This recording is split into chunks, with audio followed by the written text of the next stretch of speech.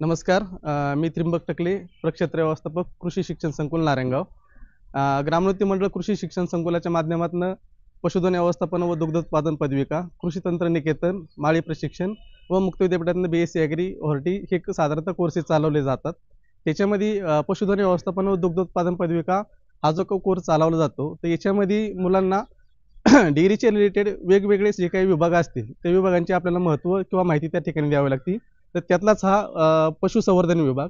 सर्वसाधारण जनावर म्हणलं की त्यांचं आहार व्यवस्थापन आलं, पाणी व्यवस्थापन आलं, जातींची निवड आली किंवा त्यांचं जे काही एकंदरीत व्यवस्थापन करतो ते व्यवस्थापनाच्या संदर्भात आता आपण थोडक्यात माहिती घेऊ.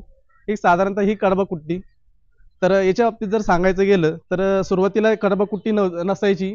जे काय आपण मका असेल किंवा ज्वारी असेल किंवा जे काही हिरवा चारा असेल हा डायरेक्टली जनावरांना त्या ठिकाणी दिला जायचा. पर्यायाने काय व्हायचं की जनावर त्याचा जो काय पाला असतो तो पाला खाऊन घ्यायची आणि खालचा जो काही भाग असेल ज्याला दांडीचा भाग म्हणला जातो तो भाग तसाच वेस्टेज जायचा. कालांतराने मग त्या ठिकाणी कुट्टीचा किंवा कडबाकुट्टीचा वापर त्या ठिकाणी करण्यात आला. जी काय आपली ताटं असतील किंवा जे काही आपलं चारा असेल त्या चाऱ्याचं बारीक बारीक त्या ठिकाणी चॉपिंग किंवा कटिंग करून त्याचे तुकडे केले जायचे. याच्या पर्यायाने काय झालं की आपला जो काही वेस्टेज चारा जायचा तो चारा त्या ठिकाणी जनावरांच्या खाण्यामध्ये आला.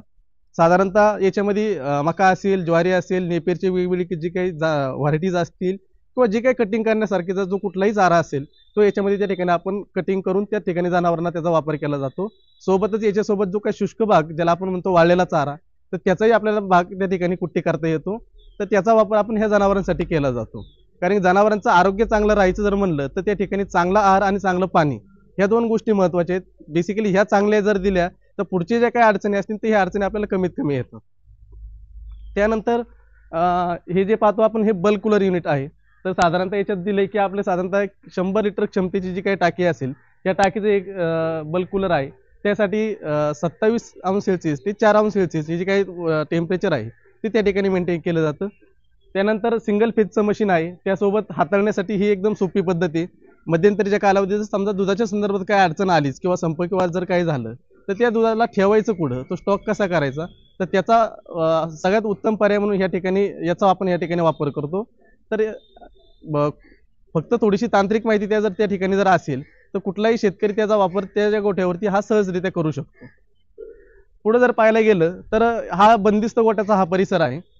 बंदिस्त गोठ्यामध्ये आम्ही काय केलं की सध्याच्या कालावधीमध्ये ही जी काही तुम्हाला जनावरं दिसतात ही सगळी दुभती जनावर आहे. तर दुधाच्या वेळेस फक्त ही जनावरं आपली ह्या ठिकाणी असतात. बाकी वेळेस साधारणतः जर पाहायला गेलं तर ह्या जनावरांचा बहुतांश आपण दिवसभर मुक्त गोठ्यामध्ये त्यांचा संचार ठेवतो. ते ठेवण्यामागं शास्त्रीय कारण, कारण की आजच्या मितीला शास्त्रही सांगतंय की अर्धबंदिस्त आणि मुक्त गोठा हा संलग्नित असणं गरजेचं आहे. आता इथं आपण विद्यार्थ्यांना कुठलं मार्गदर्शन करतो तर एकंदरीत जनावरांवरती जर तुम्ही नजर मारली तुमच्या लक्षात येईल की इथं तुम्हाला काही काळ्या पांढऱ्या रंगाच्या गाया दिसतात, काही ब्राऊन रंगाच्याही दिसतात, काही सफेद कलरच्याही दिसतात.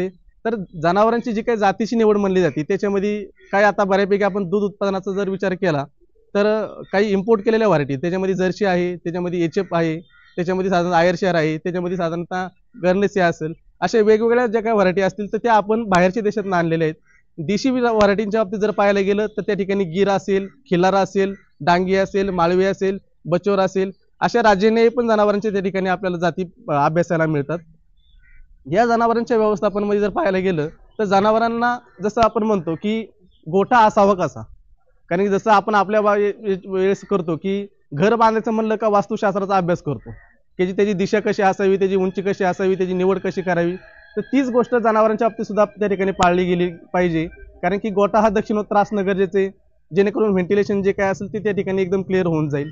दुसरा भाग, जागा निवड करत असताना ती एकदम खड्ड्याच्या ठिकाणी किंवा एकदम दलदलच्या ठिकाणी त्या ठिकाणी निवडू नये. दुसरा भाग, त्या ठिकाणी त्याला पाण्याची व्यवस्था पण त्या ठिकाणी जवळ असणं गरजेचं आहे, वीज त्या ठिकाणी जवळ असणं गरजेचं आहे. आणि जनावरांना ज्या काही गोष्टी लागतात मग बसण्यासाठी किंवा बसण्यासाठी जे काही मॅटिन असेल, सुरुवातीचे जे गोठे आपल्याला पाहायला मिळायचे ते मातीचे असायचे, त्याच्यामुळे जनावरांना उठबस करायला विशेष तशी अडचण येत नसायची. परंतु कालांतराने गोठ्यांमध्ये सुधारणा होत गेल्या तर त्याच्यामध्ये कॉन्क्रिटीकरण किंवा ज्याला आपण कोबेचे गोठे त्या ठिकाणी म्हणतो, तर अशा गोठ्यात जर पाहायला गेलं तर जनावरांना उठबस करण्यासाठी त्या ठिकाणी त्या गोठ्याच्या फ्लोअरच्या बऱ्यापैकी अडचण दिसून यायची. मग त्या ठिकाणी आपण ह्या मॅटिनची व्यवस्था केली. जसं आपण आपल्या बाबतीत गादी म्हणतो तशी ही मॅटिन म्हणजे इंडायरेक्टली त्या जनावरांची त्या ठिकाणी गादी आहे. तर त्याचा फायदा काय होतो की जनावरांच्या कासेला किंवा सडाला किंवा खालच्या भागाला उठबस करताना कुठलीही त्या ठिकाणी वेदना होत नाही किंवा कुठलीही त्या ठिकाणी जखम होत नाही. दुसरा भाग, वातावरण निर्मिती जी काय आपण म्हणतो की उन्हाळा असेल, पावसाळा असेल, हिवाळा असेल, ह्या ऋतुमानानुसार त्या जनावरांचं संगोपन वेगवेगळ्या आपल्याला पद्धतीने करावं लागतं. आता अति उन्हाळा जर असेल तर सर्वसाधारणतः पुणे जिल्ह्याचं वातावरण सुद्धा आजच्या मितीला जर पाहिलं तर 40 डिग्री सेंटीग्रेड पेक्षाही जास्त झालेले.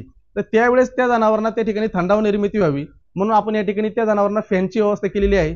त्यासोबत ह्या सिमेंट पात्र्याच्या वरच्या बाजूला काही पाचटाचा एक थर देऊन त्या ठिकाणी आपण स्प्रिंकलर सिस्टीम किंवा ठिबक सिंचनचाही वापर त्या ठिकाणी करतो, जेणेकरून उन्हाळ्यामध्ये त्या जनावरांना त्या ठिकाणी जो काही गारवा असेल तो गारवा त्या ठिकाणी फील होईल. सेम हिवाळ्यामध्ये हे चित्र उलट आहे की आपण मध्यंतरीच्या कालावधीमध्ये काही बल्बची व्यवस्था करतो, जेणेकरून इथं उबदार वातावरण त्या ठिकाणी निर्मिती होऊन जाईल. जसं तुम्हाला मागाशी म्हणलं की गोठ्यामध्ये पाण्याचं व्यवस्थापन असणं गरजेचं आहे, कारण की याच्यात जर तुम्ही पाहायला गेलं की पशुधनाचे स्वास्थ्य बिघडवतात मासे आणि डास, त्याच्यामुळेच परिसर स्वच्छ करून ठेवा आणि करा त्यांचा नाश, असं एक वाक्य आपण लिहिलेलं आहे. की तुम्ही आता गोठ्यामध्ये जर पाहिलं तर शेण असन, मलमूत्र असन, यांच्यासाठी आपण विशेषतः त्या ठिकाणी गटरला यांची व्यवस्था केलेली आहे की इथंच जर ते साचून राहिलं तर मासे असतील, डास असतील, मच्छर असेल तर यांचा वापर किंवा यांचा प्रादुर्भाव त्या ठिकाणी बऱ्यापैकी खूप जास्त वाढतो.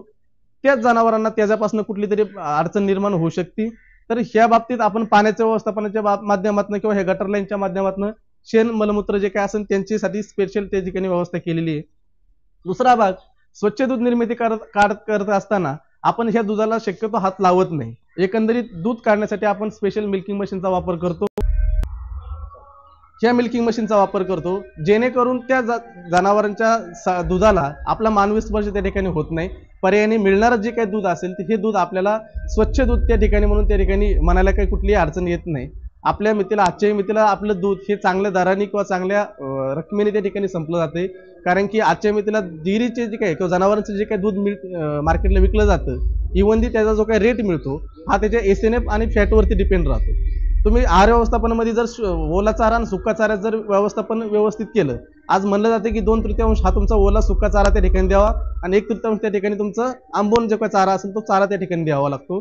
त्याच्या कारणामुळं मग तो 3.5-4च्या पुढं तुमचा फॅट असेल तो आणि 7.5-8च्या पुढे तुमचा जो काही SNF असेल तो रेट आपल्याला आजच्या मितीला सर्वच सहकारी संस्था असतील किंवा कुठले प्रायव्हेट डेअरी फार्म असतील तर त्यांच्या माध्यमातून आपल्याला तो मिळून जातो. जनावर संगोपनामध्ये जसं आपण म्हणतो की गाई म्हैस पालन, तर त्याच्यामध्ये त्यांची जी काही वासरं असतील किंवा जी काही आपण पारडी म्हणता येईल तर यांचंही आपल्याला वेगळ्या पद्धतीने संगोपन करावं लागतं, कारण की आजची जी काही वासरू असेल किंवा जी पारडी असेल ही उद्याची गाय किंवा म्हैस आहे. जर तुम्ही यांचं लहानपणापासून जर वेल मॅनेजमेंट किंवा चांगल्या पद्धतीचं व्यवस्थापन जर ठेवलं तर भविष्यात निश्चितच तुम्हाला ह्या कालवडीपासून किंवा ह्या पारडीपासून दूध उत्पादन जे काय असेल ते चांगल्या पद्धतीने होऊन जाईल. यांच्यासाठी जो काही चारा व्यवस्थापन असेल ते यांना हिरव्याचं प्रमाण अधिकाधिक द्यावं, त्यांच्यासाठी काही सप्लिमेंट फूड्स असतील तर त्यांचा वापर त्या ठिकाणी करावं. एकंदरीत जे काय आपण म्हणतो की जातीनिहाय निवड, की आजच्या मितीला जातींची निवड ही काही रंगावर नाही केली जाती, काही त्याच्या अंतर्गत गोष्टींवर नाही केली जाती.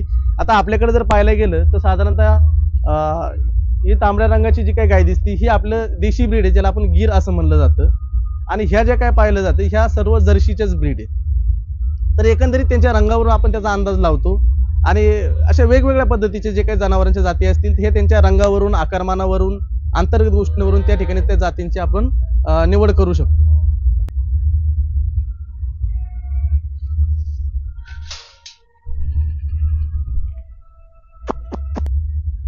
तर गोठ्यामध्ये जे काही 2 प्रकार आपण महत्वाचे पहिले पाहिले, जो की आता आपण पाहिला तो अर्धबंदिस्त म्हणला तरी काय हरकत नाही, आणि हा जो गोठा आहे हा मुक्त गोठा आहे.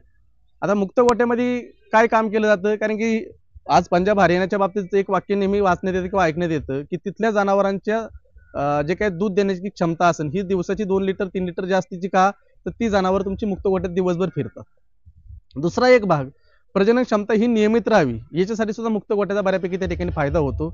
आणि मुक्त गोठ्याच्या बाबतीत जर पाहायला गेलं तर आपली जी जनावरं असतील ही एका ठिकाणी सतत बांधून जर ठेवली तर इनडायरेक्टली त्यांच्यावरती एक स्ट्रेस येतो. तो स्ट्रेस रिलीज करण्यासाठी ह्या मुक्त गोठ्याचा वापर बऱ्यापैकी केला जातो. इव्हन दुसरा फायदा असा की जनावर त्या ठिकाणी मोकळं जर सोडलं तर दिवसभर ते मोकळं फिरते, आनंदाने इकडे तिकडे बागडते.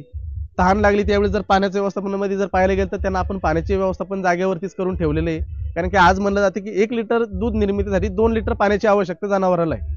आज जनावराला कमीत कमी 60-70 लिटर पाणी आपण त्या ठिकाणी दिलं गेलं पाहिजे. ते ताजं स्वच्छ असावं जेणेकरून त्याला ते आनंदाने पिता पण येईल. तर त्या बाबतीत आपण या ठिकाणी हे काम केलेलं आहे. दुसऱ्या बाबतीत जर पाहायला गेलं तर इथेही आपण ऋतुमानानुसार विचार केला तर स्प्रिंकलरचा वापर याही ठिकाणी करून ठेवलेला आहे की उन्हाळ्यामध्ये याचा बऱ्यापैकी वापर त्या ठिकाणी होऊन जातो. आणि सावलीसाठी साधारणतः हे शेडची निर्मिती या ठिकाणी आपण 2-3 ठिकाणी केलेली आहे. आता हा जो गोठा आहे हा फक्त जनावरांचा आहे. बॅक साईडला जर पाहिला तर त्या ठिकाणी वासरांच्या बाबतीत आपण तो केलेला आहे. सेम ॲज इट इज तुमच्या शेळी पालनासाठी सुद्धा शेळ्यांना सुद्धा आपण बंदिस्त मुक्त गोठा अशा वेगवेगळ्या प्रकारचं जे काही गोठ्याची निर्मिती असेल ती या ठिकाणी केलेली. तर माझं म्हणणं तेच आहे की आज फक्त एकच गोठा करून उपयोग होत नाही. आपल्याला जर थोडेसे पैसे, कारण की आजच्या मितीला जर पाहायला गेलं तर दुग्ध व्यवसायातनं क्रांती बऱ्यापैकी खूप चांगली चालू आहे. तर त्याच्यासाठी अर्धबंदिस्त गोठा, मुक्त गोठा, चारा व्यवस्थापन, पाणी व्यवस्थापन ह्या सगळ्याच्या गोष्टींचा जर एकंदरीत शेतकऱ्यांनी जर अंतर्भूत वापर जर सुयोग्य जर केला तर निश्चितच त्याला गोठ्यापासून किंवा त्या दुग्ध व्यवसायापासून चांगला फायदा होऊ शकतो, अशी मी या ठिकाणी त्या सर्व शेतकऱ्यांना आवाहन करतो.